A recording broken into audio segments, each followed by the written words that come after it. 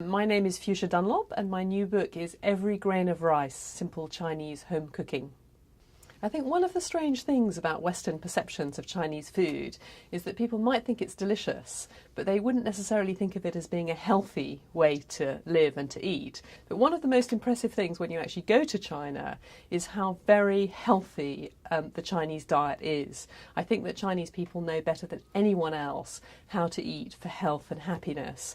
And the traditional Chinese diet could really be a model for the whole human race, in the sense that it's a diet based on grains and vegetables. But in Chinese cuisine, you can eat like this without any sacrifice of flavour, because the Chinese are just masters at using small amounts of meat and fish to make very cheap and ordinary vegetables taste sensational, and also at using umami-rich seasonings, so sort of pickled vegetables, soy sauce, black fermented beans and so on, to make vegetables have those kind of rich tastes that you associate with sort of meat and fish dishes. One of my all-time favourite recipes is the Sichuanese yuxiang qiezi, fish fragrant eggplants. With that dish and rice you can really be quite happy. It's utterly delicious. But I think one of my favourite recipes in the new book is the twice-cooked chards, Hui Guo Niu Pi Cai. And that's a recipe from the Sichuanese chef Yu Bo. But it's a dish with a bit of a story, because chards traditionally are seen as a very sort of undesirable vegetable, something that in good times you'd only feed to your cattle. So you'd only eat them if you were really desperate. But of course, in hard times, people would start eating these vegetables.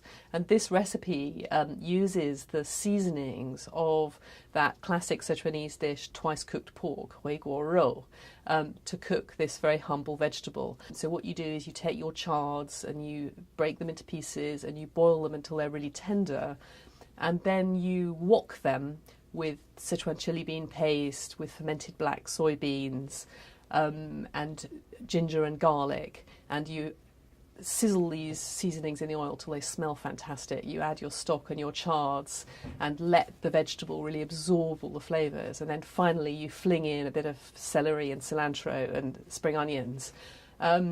And you turn this, animal food, animal fodder vegetable into a really spectacular dish. So unlike my previous cookery books, which were focused on single regions of China, this is really a broad selection of recipes that I like to cook most on a daily basis. So it's a slightly idiosyncratic collection of recipes, mainly from southern China, because that's where you get a lot of the best vegetable cookery, because they have such a wide variety of vegetables most of the year.